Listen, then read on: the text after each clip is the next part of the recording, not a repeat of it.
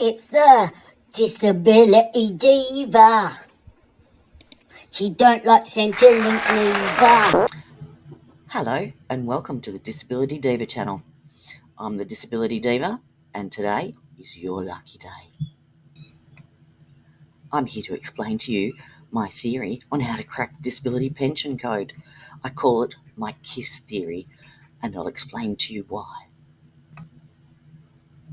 KISS stands for Keep It Suitably Simple. Suitably can be interchangeable.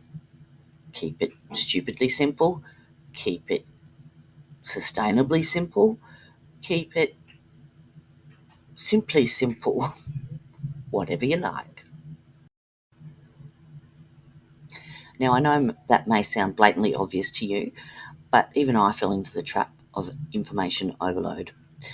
Trying to cram so much information into my applications, it just confused the process to no end, and I'll explain why.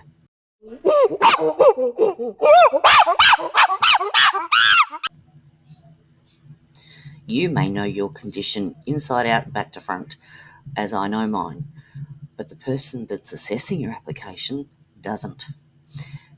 Now, how are they expected to understand how that impacts your life if they can't even understand what your condition is and what it entails?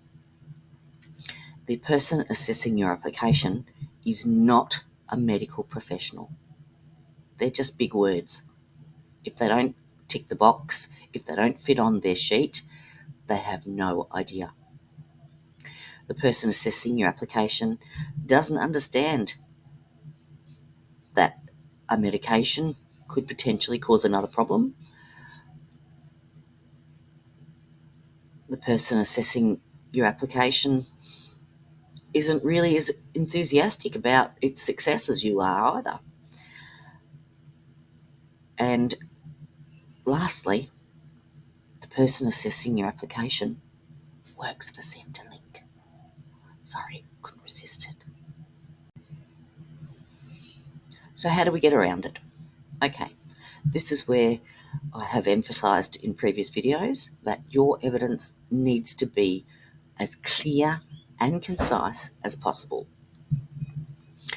The assessors at Centrelink use the impairment tables as a template for them to apply your information and give it a rating.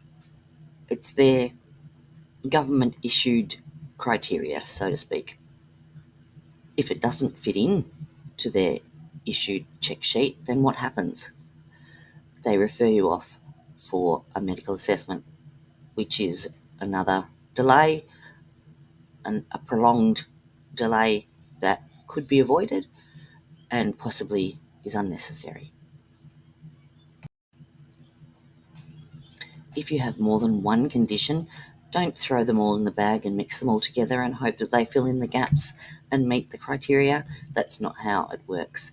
Each individual condition must be clearly identified, and it must also then be applied against the impairment tables and meet the criteria in its own right. Now, you may have more than one condition, and they do all impact your life, but you don't have to include them all.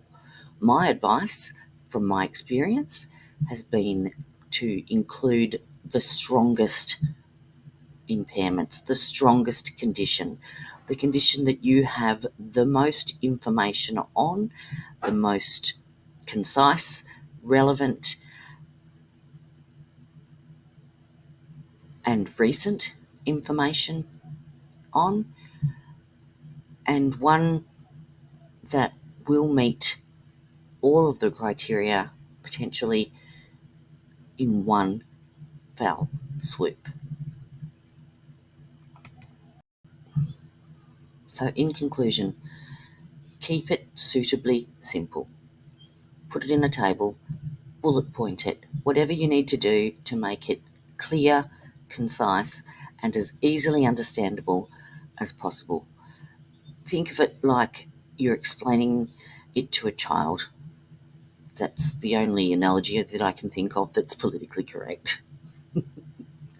Anyway, thank you for watching the video. I hope you like the content. If so, please take the time to press that like button, subscribe. You can find us on Instagram, on Facebook, on YouTube. And until next time, Diva out.